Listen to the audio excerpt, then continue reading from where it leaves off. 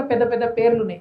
ఇక పేర్లు చెప్తే నన్ను బదనాం చేస్తారు, మళ్ళీ వీళ్ళ పేరు చెప్పింది వాళ్ళ పేరు చెప్పిందని. కానీ ఆ పేర్లు మకుట తరంగ అనేది కంపెనీ పేర్లు మీరు తెలుసుకోండి.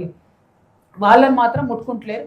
నేను ఆ కంపెనీ ఫోటోతో సహా, వెంచర్ ఫోటోతో సహా హైడ్రా కంప్లైంట్ చేస్తాను. హైడ్రా యాక్షన్ తీసుకోకపోతే ఖచ్చితంగా హైడ్రా పెద్దవాళ్ళని ప్రొటెక్ట్ చేస్తుంది అని అనుకోవాల్సి వస్తుంది. ఎందుకంటే లిటరలీ ఆ తూముని తొలిచి రిటైనింగ్ వాల్ కట్టి అందులోకి వెళ్ళి వెంచర్ వేసి, ఎంత ధైర్యం ఉండాలి వెంచర్ వేయడానికి, చెరువును అట్లా తీసుకోవడానికి. సో డెఫినెట్గా దీని మీద హైడ్రా చర్యలు తీసుకోవాలని చెప్పి నేను కోరుతా ఉన్నాను. అదేవిధంగా మన కూకట్పల్లి వై జంక్షన్లో భయంకరమైన ట్రాఫిక్. మేము ఇలా రాంగా పోంగా ప్రోగ్రామ్ కూడా అర్ధగంట ఆగినాం. ఇక జేఎన్టీ దగ్గర అయితే పరిస్థితి మరీ దారుణం. జేఎన్టీయూ టు ప్రగతి నగర్ పోయేది ఇక ఎట్లయిపోయిందంటే, మేము ఒకప్పుడు బాచ్పల్లి ఇంజనీరింగ్ చేసినప్పుడైతే లారీలు ఎక్కిపోయేది, బస్సు కూడా పోకపోతుండే అటు సైడ్.